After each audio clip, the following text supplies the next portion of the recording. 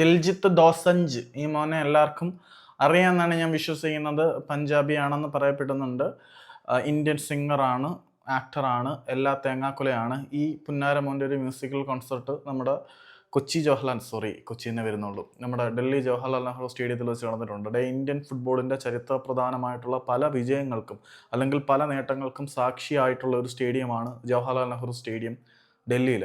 നമ്മുടെ Delhi ഡൈനാമോസിൻ്റെ home ground അതായിരുന്നു. പിന്നെ ഇപ്പം ISL കളിച്ചുകൊണ്ടിരിക്കുന്ന പഞ്ചാബ് എഫ്സിയുടെ ഹോം ഗ്രൗണ്ടും ഈ ഡൽഹിയിലെ ജവഹർലാൽ നെഹ്റു സ്റ്റേഡിയം തന്നെയാണ്. ഇന്ത്യ പല നിർണായക കിരീട വിജയങ്ങളും ഈ മണ്ണിൽ വെച്ച് നേടിയിട്ടുണ്ട് എന്നുള്ളത് എടുത്തു പറയേണ്ട ഒരു സംഗതിയാണ്. ഇവിടെ വെച്ച് ഈ ദിൽജിത്ത് മോൻ്റെ ഒരു മ്യൂസിക്കൽ കൺസെർട്ട് നടത്തിയിട്ടുണ്ടായിരുന്നു. അവിടെ അവൻ്റെ ഫാൻസും ആരാധകരും എല്ലാം കൂടെ കയറി നിരങ്ങി കുളമാക്കിയിട്ടുണ്ട്. ആ പിച്ച് ഇൻവേർഡ് ചെയ്ത പിച്ച് കുത്തി പൊളിച്ചൊരു പരുവാക്കി. പിന്നെ അവിടുത്തെ എക്യുപ്മെൻസും മറ്റ് ഫെസിലിറ്റീസും എല്ലാം അടിച്ച് പഞ്ചറാക്കി ഒരു നാശകോശം പരുവാക്കി വിട്ടിട്ടുണ്ട്. നശിപ്പിച്ചു. അവിടെയുള്ള എക്യുപ്മെൻറ്റ്സ് മൊത്തം നശിപ്പിച്ചു. മൊത്തം ബിയർ ബോട്ടിൽ, പിന്നെ ഒടിഞ്ഞ മറ്റ് അവശിഷ്ടങ്ങൾ, അവിടെയുള്ള കസേരകളും മറ്റ് സാധനങ്ങളും എല്ലാം വരെ ചവിട്ടി പൊളിച്ച് ഒരു വശമാക്കി വെച്ചിട്ടുണ്ട്.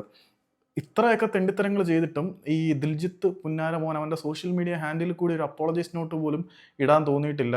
ഇവിടുത്തെ പ്രമുഖ മാധ്യമങ്ങളെല്ലാം ഈ സാമാനം ഒന്ന് മുക്കി വെച്ചേക്കുവാണ്.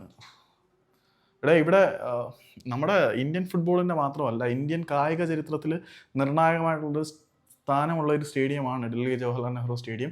ആ ഒരു സ്റ്റേഡിയത്തിനകത്ത് യുവന്മാർ കയറി കുത്തിക്കഴപ്പ് കാണിച്ചിട്ട് ഇവിടെയുള്ള മെയിൻ സ്ട്രീം മീഡിയാസിന് അണ്ണാക്കി വിരലിട്ടുകൊണ്ടിരിക്കാനാണ് തോന്നുന്നതെങ്കിൽ ഇവിടെ സ്പോർട്സ് ഡെവലപ്പ് ചെയ്യാത്തതിന് പ്രത്യേകിച്ച് കാര്യമൊന്നുമില്ല. ഇതൊക്കെ തന്നെ കാരണം.